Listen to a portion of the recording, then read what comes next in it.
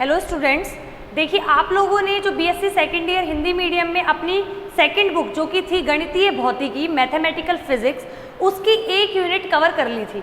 अब हम लोग क्या कर रहे हैं, पहले दूसरी बुक स्टार्ट कर रहे हैं थर्मोडायनेमिक्स ऊष्मा गति की, क्योंकि आपको पहले जब इसका इंट्रोडक्शन दिया था क्लास का तो हमने बताया था कि अपने पास 3 बुक्स हैं। पहली जो थी वो थी ऊष्मा गति की, दूसरी जो थी वो थी गणितीय भौतिकी और तीसरी जो थी वो थी इलेक्ट्रॉनिक्स के लिए। अब अपन ने दूसरी बुक की फर्स्ट यूनिट कर ली है, गणितीय भौतिकी की पहली यूनिट हमने कवर कर ली है। अब हम लोग जो आज बुक शुरू कर रहे हैं वो कर रहे हैं फर्स्ट बुक हमारी ऊष्मा गति की थर्मोडायनेमिक्स। अब उसका पहले हम लोग सिलेबस देख लेते हैं कि उसकी 4 यूनिट है, चारों यूनिट जो है उनका क्या क्या नाम है, उनमें हम क्या क्या पढ़ने वाले हैं उस चीज़ के बारे में। तो हम लोग जो है शुरू करेंगे। अब पेपर हमारा रहेगा फर्स्ट ऊष्मा गति की।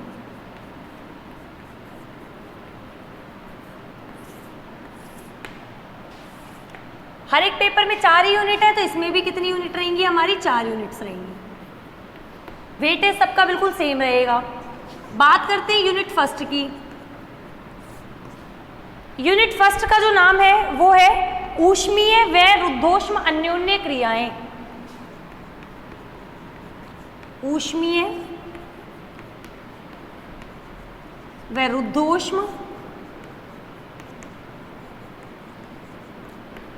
अन्योन्य क्रियाएं। देखिए इस चैप्टर में हम लोग पढ़ने वाले हैं, जो कि थोड़ा बहुत आपने पहले पढ़ा भी हुआ है, कार्नो इंजन, कार्नो चक्र वगैरह के बारे में। उससे पहले हम इसमें पढ़ेंगे कि किस किस तरह के निकाय होते हैं, ऊष्मा किस तरह से गति करती है, ऊष्मा के एक निकाय से दूसरे निकाय में जाने के लिए कौन कौन से कारक जरूरी होते हैं, कौन कौन से कारकों पे वो निर्भर करती है। और रुद्धोष्म, रुद्धोष्म मतलब रुद्ध प्लस ऊष्मा, ऊष्मा जहाँ पे जिस भी निकाय में रुक जाए वो रुद्धोष्म हो जाता है। और कौन कौन से इसके अलावा निकाय होते हैं, उन सब के बारे में हम इस यूनिट में पढ़ेंगे। सबसे बड़ी यूनिट आपकी यूनिट फर्स्ट और यूनिट सेकंड ही रहेंगी। थर्ड और फोर्थ छोटी भी है और सिंपल भी है। यूनिट सेकंड जो है इसमें 2 पार्ट रहेंगे आपके। पहला है न्यून तापों का उत्पादन एवं अनुप्रयोग।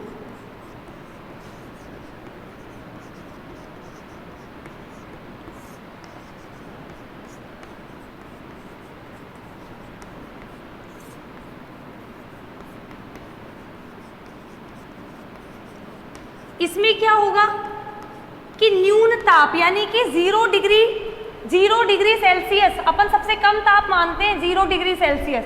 तो इस वाले चैप्टर में आप देखोगे कि इससे भी कम ताप कैसे प्राप्त किया जा सकता है और इससे भी कम ताप क्या पॉसिबल है कि नहीं है, और अगर पॉसिबल है तो कहाँ है। दूसरा, आणविक वेगों का बंटन तथा अभिगमन घटनाएं। ये 2 पार्ट रहेंगे अपने, उसमें से पहला पार्ट आप कर लोगे तो ज़्यादा ठीक है। आणविक वेगों का बंटन, कि अणुओं के वेगों में किस तरह से डिस्ट्रीब्यूशन होगा, तथा अभिगमन घटनाएं। अभिगमन का मतलब होता है ट्रांसपोर्ट, यानी कि एक जगह से दूसरी जगह जाना। तो अणुओं का किस तरह से अभिगमन होगा वो सब अभिगमन घटनाएं। तीसरी यूनिट है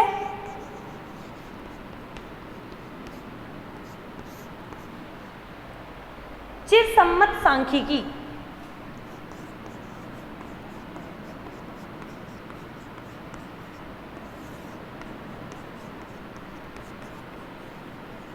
इसमें बताते हैं भी क्या पढ़ेंगे हम। और चौथी है हमारे पास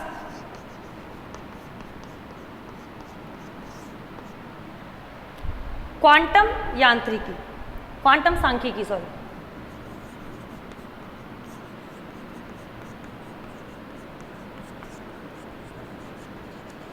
इनमें आप ये पढ़ोगे कि अपने पास 2 तरह की फिजिक्स होती है। अपन जो फिजिक्स पढ़ते हैं वो 2 तरह की होती है, एक तो क्लासिकल और एक क्वांटम। क्लासिकल फिजिक्स जितनी हमने अब तक पढ़ी है और शायद अभी आगे और पढ़े, वो सारी कैसी होती हैं, क्लासिकल होती हैं। क्वांटम फिजिक्स में आप थोड़ा सा अंतर देखेंगे जो कि हमारी मॉडर्न फिजिक्स है। क्लासिकल फिजिक्स जो थी उसमें क्या माना जाता है कि जैसे हम लोग होते हैं, हम एक एक इंसान को अलग अलग समझ सकते हैं, अलग अलग पढ़ सकते हैं, अलग अलग उसकी स्टडी कर सकते हैं कि भाई उस इंसान का रंग कैसा है, उसका नाम कैसा है, उसका कलर क्या है। मतलब बहुत चीज़ें ऐसी होती है जो एक इंसान को दूसरे से अलग करती है। अगर एक चीज़ को दूसरी चीज़ से अलग करना है तो उसकी शेप के हिसाब से अलग कर देंगे, उसके गुणों के हिसाब से अलग कर देंगे। लेकिन क्वांटम यांत्रिकी क्या करती है, क्वांटम सांख्यिकी में क्या होता है, ये कहती है कि सारे के सारे जो कण होते हैं वो एक जैसे होते हैं। जब आप क्वांटम सांख्यिकी पढ़ोगे तो आपको और ढंग से समझ में आएगा कि उसमें क्या होता है, ऐसा कैसे अलग है। तो क्वांटम सांख्यिकी जो है वो तब आई जब बहुत सारे प्रयोग ऐसे हुए जो कि हम लोग चिरसम्मत सांख्यिकी से नहीं पढ़ पाए। थर्ड ईयर में आपकी पूरी बुक है क्वांटम यांत्रिकी की, जिसमें आप सब कुछ पढ़ोगे। कृष्णिका विकिरण का प्रयोग होगा, वो सारे के सारे जो कि क्लासिकल यानी कि चिरसम्मत सांख्यिकी नहीं बता पाई, वो सारे क्वांटम सांख्यिकी बताएगी। और इसमें आप ये भी पढ़ोगे कि चिरसम्मत सांख्यिकी को पढ़ने के लिए आप कौन सी सांख्यिकी यानी कौन से फॉर्मूलाज काम में लेते हो। तो वो इसमें आप लोगे मैक्सवेल बोल्ट्जमान सांख्यिकी, मैक्सवेल बोल्ट्जमान सांख्यिकी। अब आप लिखना मत चाहे इसको यहाँ पे, ये सिर्फ समझाने के लिए है। और यहाँ पे जो क्वांटम मैकेनिक्स होती है, क्वांटम सांख्यिकी जो होती है, उसमें दो तरह की चलती हैं सांख्यिकियाँ। एक तो बोस आइंस्टीन और एक फर्मी डिराक, ये एक तरह से दो फैमिली होती हैं। बोस आइंस्टीन जिनको फॉलो करते हैं जिस सांख्यिकी को, उन कणों को बोसोन बोलेंगे, और जो फर्मी डिराक को फॉलो करेंगे उन्हें फर्मियोन्स बोलेंगे। ये सब चीज़ें तो आपके डीप आगे जाके हम लोग स्टडी करने वाले हैं, लेकिन अभी हमने इसका सिलेबस देख लिया है। अब हम इसकी यूनिट जो फर्स्ट है इस पेपर की वो स्टार्ट करेंगे।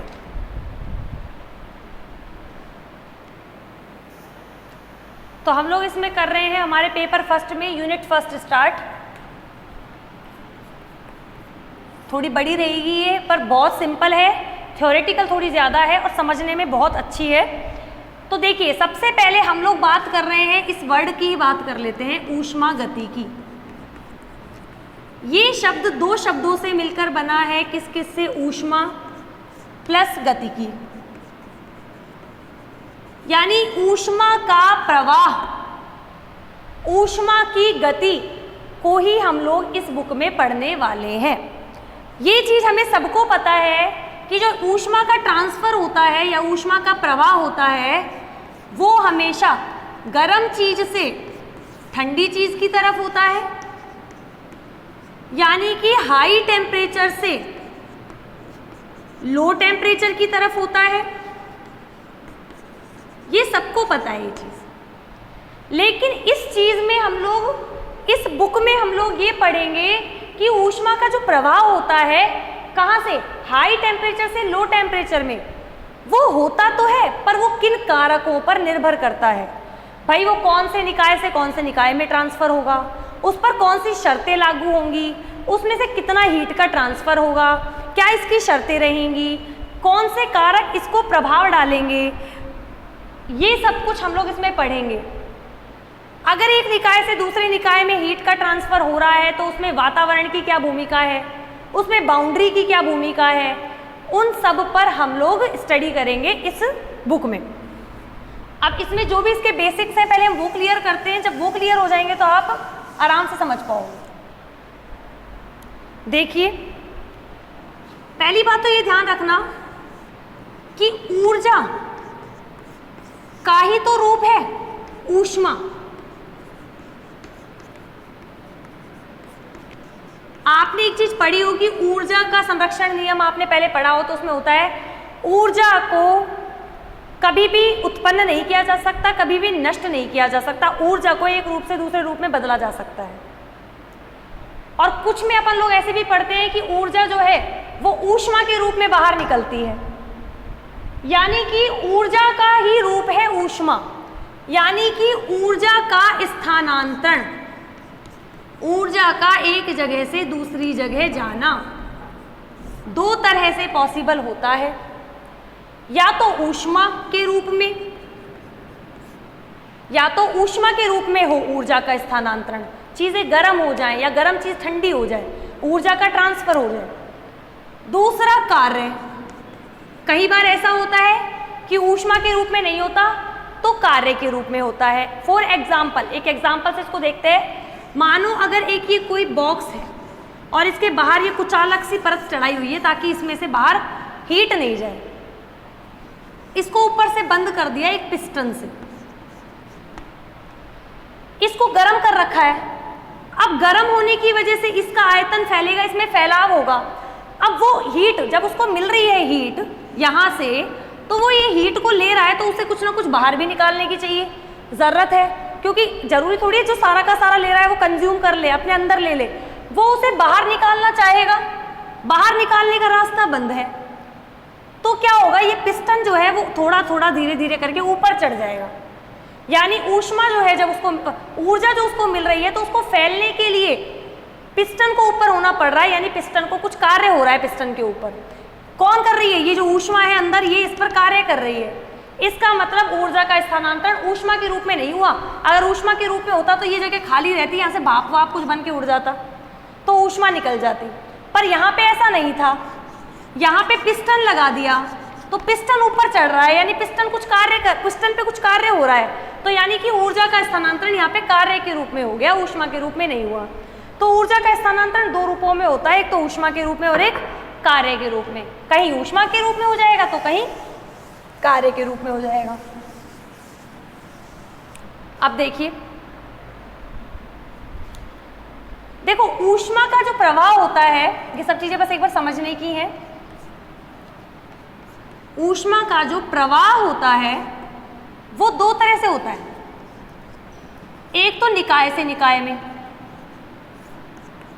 अब इसको देखना बिल्कुल सिंपल एग्जांपल से समझेंगे हम, और एक निकाय से वातावरण में या परिवेश में।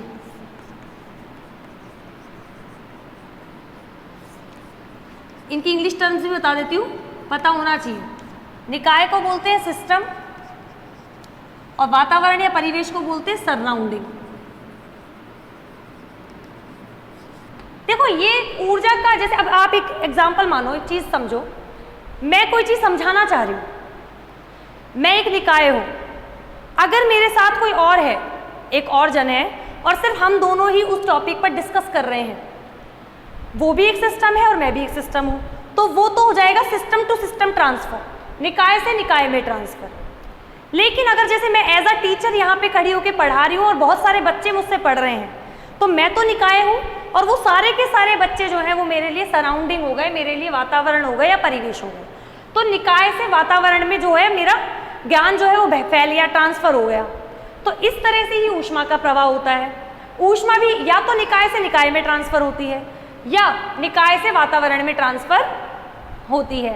अब हम बात करते हैं, जब ये चीजें हम पढ़ रहे हैं तो भाई निकाय क्या होता है।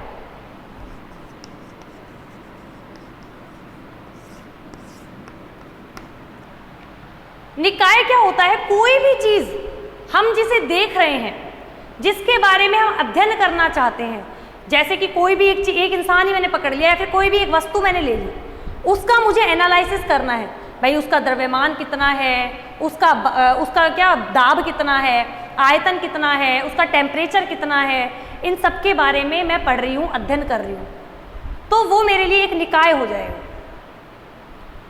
सही है। जैसे मैं एक बच्चे को पर्सनल ट्यूशन पढ़ा रही हूँ तो मुझे सिर्फ उससे मतलब है, वो पढ़ाई में कैसा है, उसे क्या चीज़ें समझ में आती हैं, किन चीज़ों के लिए वो अनुकूल है, नहीं है तो उसे हम लोग कैसे समझाएं, वो मेरे लिए एक निकाय का काम करेगा, वो स्टूडेंट। तो निकाय क्या है, कोई भी ऐसी चीज़, कोई भी ऐसी वस्तु, कोई भी जिसका हम अध्ययन कर रहे हैं, जिसका हम ताप, दाब, आयतन, ये जो जितने भी बाह्य प्राचल हैं, इनको प्राचल बोलते हैं, जो कि बदल सकते हैं, उनके बारे में अध्ययन कर रहे हैं, अध्ययन कर सकते हैं किसी एक को पकड़कर, तो वो हमारे लिए क्या कहलाता है, निकाय कहलाता है। तो अगर निकाय की अगर आप शॉर्ट में नॉर्मली डेफिनेशन देखना चाहते हैं, जो कि आपके चैप्टर में इतना कोई डीप नहीं दे रखा, सिर्फ आपको समझाया जा रहा है, अभी आपके बेसिक्स क्लियर होंगे इस चैप्टर के, जो कि आज की क्लास में ही है सारा, वो समझ में आ गया ना, तो आप आगे के चैप्टर्स आराम से कर लोगे। तो निकाय क्या हो जाएगा,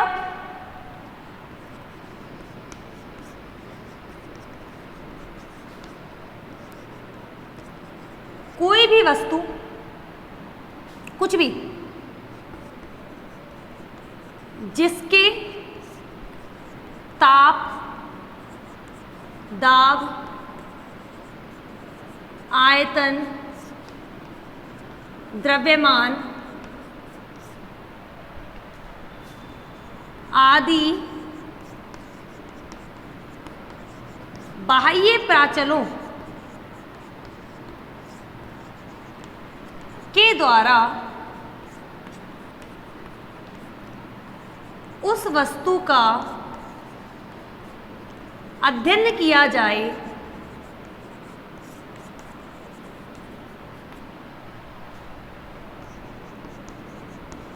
तो वह निकाय है। सिर्फ एक कोई पर्टिकुलर चीज पकड़ ली, मुझे उससे ही मतलब है।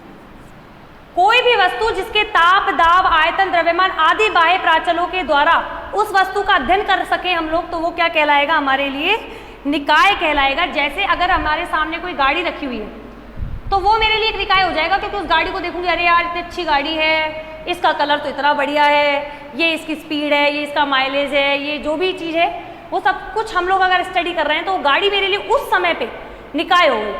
अगर हम लोग बैठ के किसी एक इंसान के बारे में बात कर रहे हैं, यार वो तो इतना बुरा है, ऐसा है, ये करता है, वो करता है, तो वो इंसान हमारे लिए क्या हो गया? एक निकाय हो गया, क्योंकि हम लोग उसके बारे में स्टडी कर रहे हैं। अब दूसरी बात हम लोग बात करेंगे परिवेश, सराउंडिंग, वातावरण की। ये हो गया।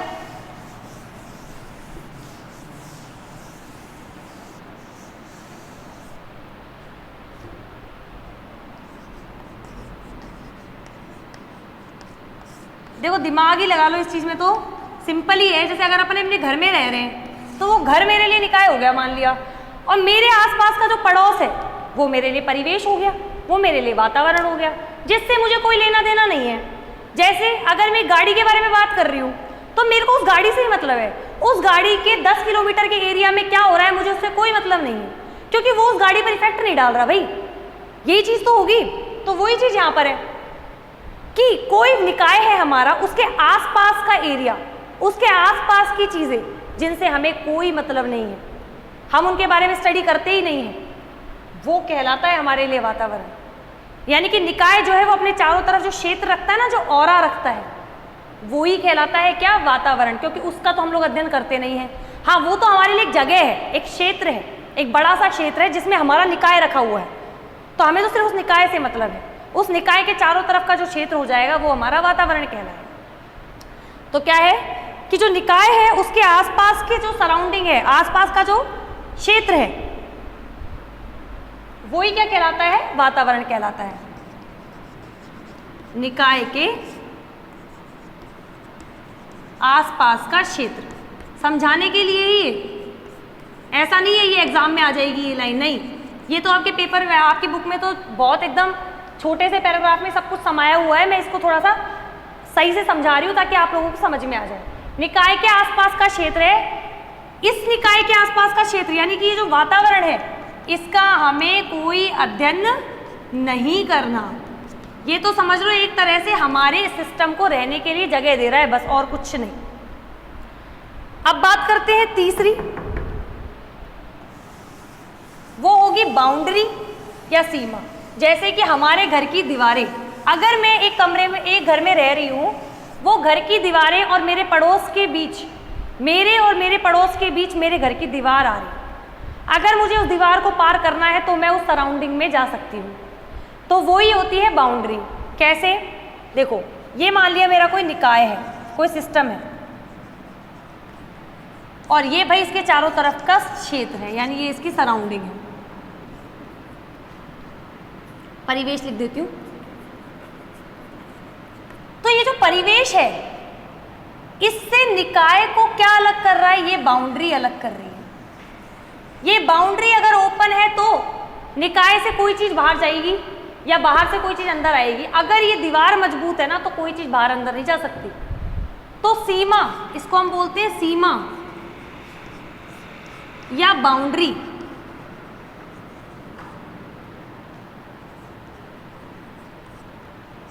क्या करती है बाउंड्री? निकाय को किससे अलग करती है? वातावरण से अलग करती है। निकाय को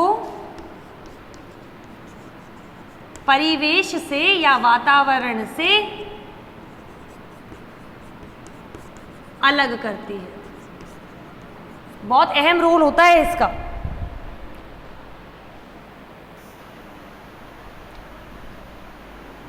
तो बाउंड्री का काम हो गया निकाय को और परिवेश को क्या करना, अलग अलग करना। अगर मान लो ये बाउंड्री, ये निकाय कुचालक है, इस तरह से ये कैसा है, कुचालक है। कुचालक मतलब भाई हीट जो ट्रांसफर होगा इसके अंदर जो है वो यही रह जाएगा, बाहर जाने नहीं देगा, ये बाहर से आने वाली हीट को अंदर नहीं आने देगा, तो बाउंड्री का बहुत ज्यादा प्रभाव पड़ेगा। अब एक चीज देखिए,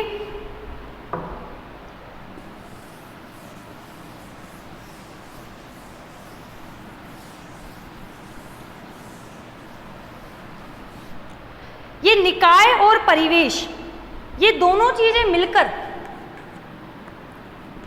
जैसे कि हमारा घर और हमारा पड़ोस मिलके एक समाज बनाता है, ऐसे ही जो निकाय है वो और परिवेश को कंबाइन रूप से, संयुक्त रूप से क्या बोला जाता है, एक ब्रह्मांड बोला जाता है।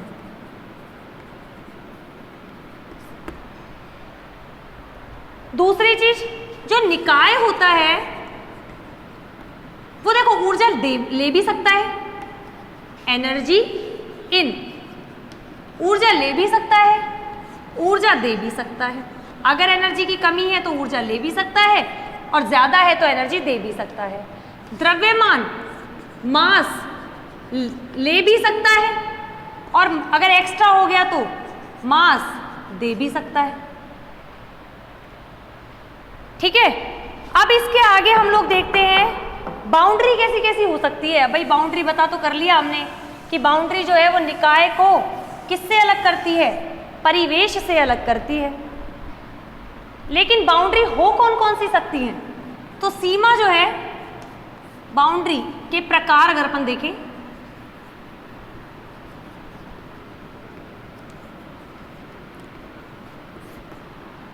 तो दो प्रकार के होते हैं।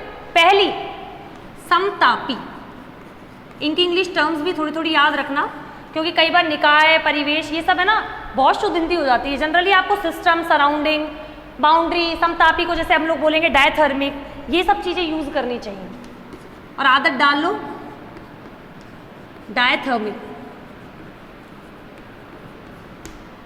समतापी, डायथर्मिक, यानी कि जो बाउंड्री है वो समतापी होने का मतलब ये है कि ये ऊष्मा का आदान प्रदान होने देगी।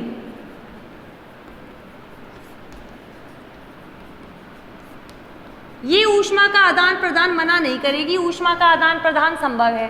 और अगर अपन एक चीज नॉर्मल देखें, कंडक्टिंग जो अपन चालक पढ़ते हैं उसमें ये होता है कि अगर किसको, इलेक्ट्रिसिटी को, बिजली को ट्रांसफर होने दे तो वो क्या होती है, चालक होती है। यहाँ पर भी यही है, ये ऊष्मा के क्या होंगे, चालक होंगे। मतलब ये वाली बाउंड्री मान लिया ये समतापी है, तो ये कह रही है कि भाई मैं ऊष्मा को आने भी दूंगी, ऊष्मा को जाने भी दूंगी। तो इसका दूसरा नाम जो है वो कंडक्टिंग बाउंड्री भी हो सकता है, यानी कि चालक सीमा, चालक भी हो सकती है ये कंडक्टिंग, क्योंकि आने दे रही है, नाम है समतापी, ऊष्मा को आने दे रही है, जाने दे रही है, और जो आने जाने दे वो क्या एक नाम और होता है उसका, चालक। तो ये वाली जो बाउंड्री है ये चालक भी होती है, कंडक्टिंग भी होती है। और दूसरी की बात करें अगर अपन, वो होती है रुद्धोष्म, रुद्ध प्लस ऊष्मा, ऊष्मा को जो रोक ले, रुद्धोष्म।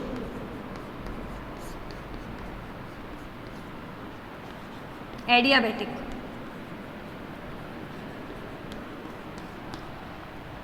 एडियाबैटिक जो होते हैं वो होते हैं ऊष्मा का आदान प्रदान संभव नहीं।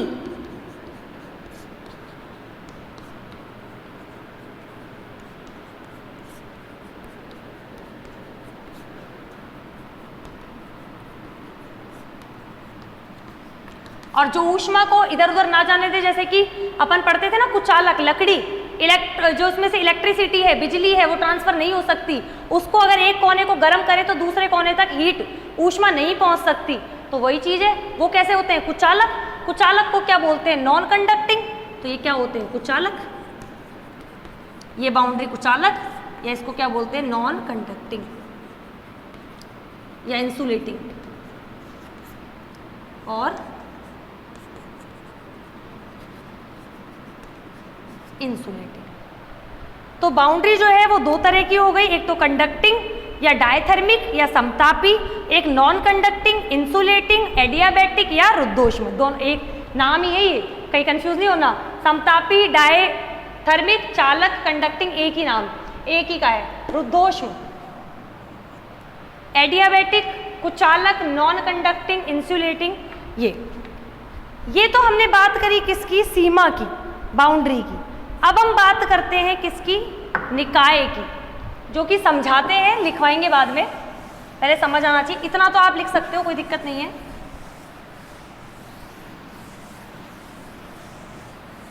डायग्राम्स वगैरह बना लेना है, सिस्टम वगैरह क्या होता है उसके लिए। ये जो निकाय होते हैं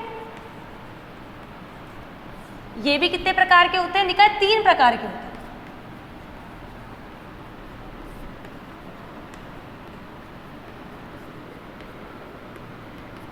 पहला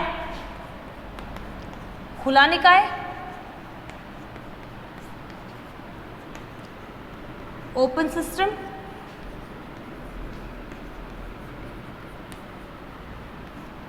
दूसरा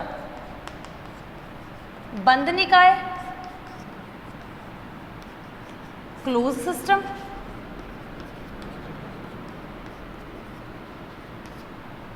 तीसरा विलगित निकाय।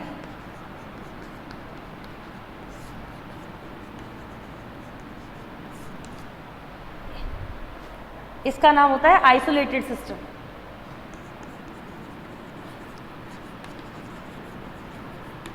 ध्यान रखना, बाउंड्री 2 तरह की, समतापी और रुद्धोष्म, निकाय 3 तरह के, खुला, बंद और विलगित। विलगित यानी आइसोलेटेड।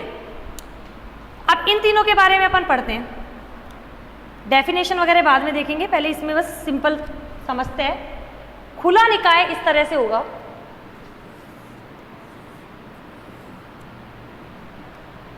जैसे कि कोई निकाय है, या मैं ऐसे एग्जांपल देती हूं कि कोई भी पतीला लिया अपन ने, उसमें पानी गर्म कर रहे हैं और ऊपर से ढक्कन नहीं ढका उसका, तो क्या होगा,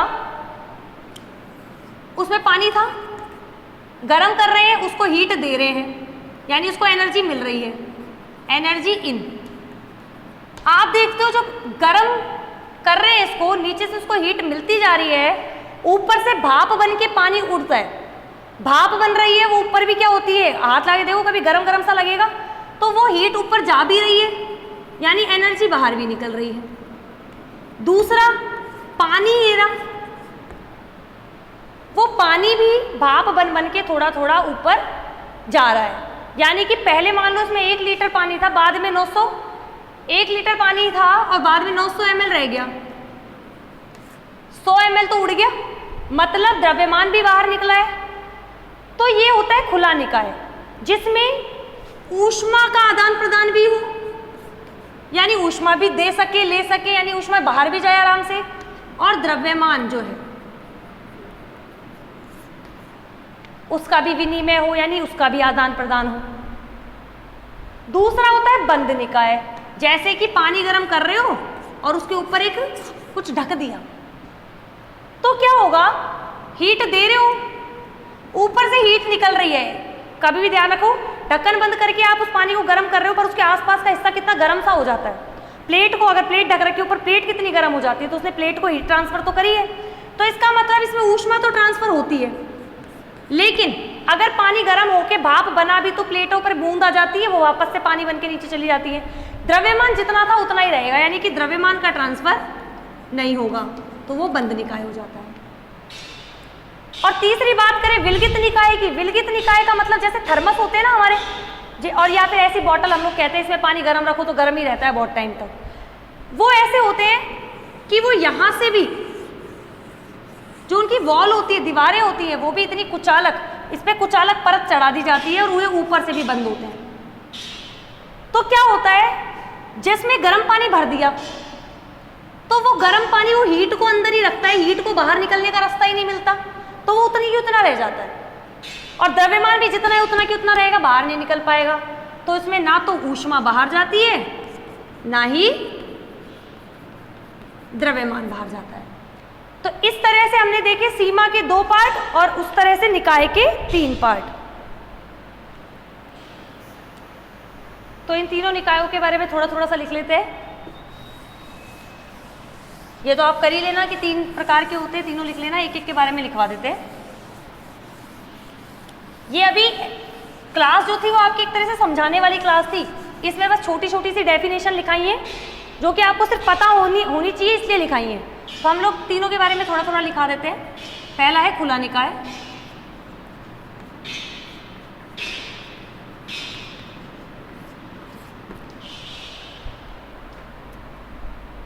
यह एक ऐसा ऊष्मागतिकी निकाय है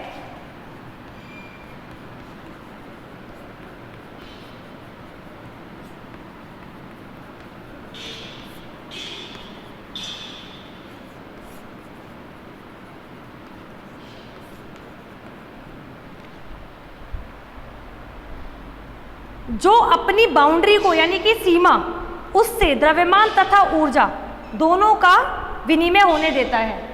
यह एक ऐसा ऊष्मागतिकीय निकाय है जो अपनी सीमा से यानी बाउंड्री से द्रव्यमान व ऊष्मा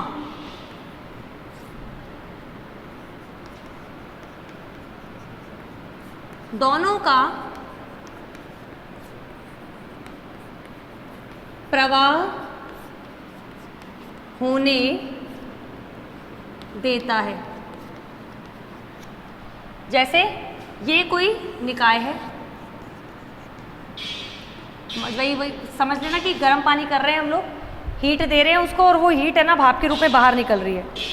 उसको यहाँ से यहाँ पे देखना एनर्जी इन, एनर्जी मिल रही है, यहाँ एनर्जी आउट, एनर्जी बाहर भी निकल रही है।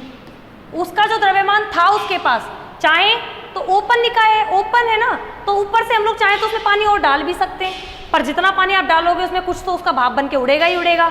यानी कि हम मास इन, इसमें द्रव्यमान डाल भी सकते हैं ऊपर से, और मास आउट, उसमें से द्रव्यमान बाहर निकलेगा भी। तो ये खुले निकाय का काम है। दूसरा है बंद निकाय। बंद निकाय में क्या करेंगे, ये खुला निकाय हो गया, बंद निकाय इसी में करते हैं। यह एक ऐसा ऊष्मागतिकीय निकाय है जिसमें क्या होता है, परिवेश के साथ ऊर्जा का स्थानांतरण तो होता है लेकिन द्रव्यमान का नहीं होता।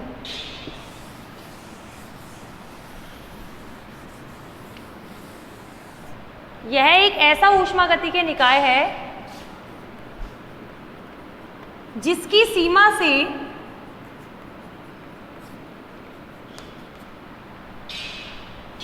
परिवेश में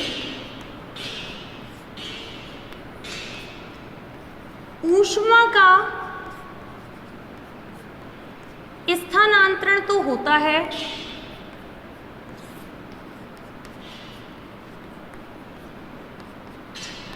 लेकिन द्रव्यमान का नहीं।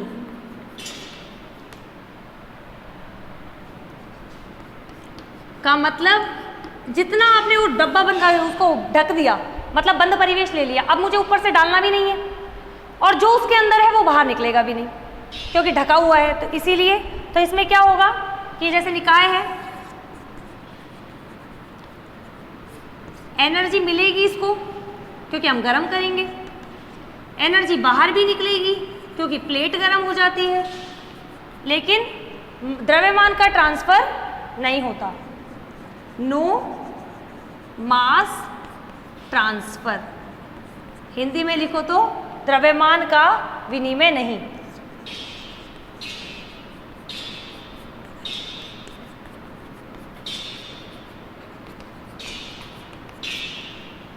तीसरा हम देखें तो विलगित निकाय।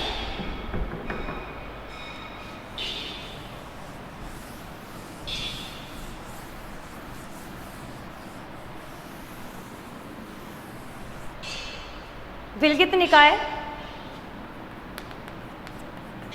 विलगित यानी एक तरह से नीरस, ना लेगा ना देगा, जितना है उतने में संतुष्ट। यह एक ऐसा ऊष्मागतिकी निकाय है जिसकी सीमा से परिवेश में न तो ऊष्मा का और न ही द्रव्यमान का विनिमय होगा।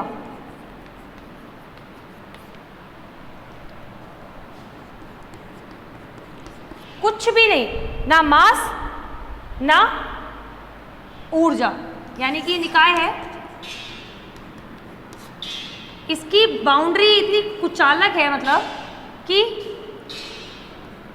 ऊर्जा भी नहीं, ऊर्जा तथा द्रव्यमान का विनिमय नहीं है। तो हमने दो तरह की चीजें पढ़ी। परिवेश तो जैसा है वैसा ही रहेगा, निकाय 3 तरह के पढ़ लिए और सीमा 2 तरह की पढ़ ली, चालक कुचालक। चालक यानी समतापी, कुचालक यानी रुद्धोष्म।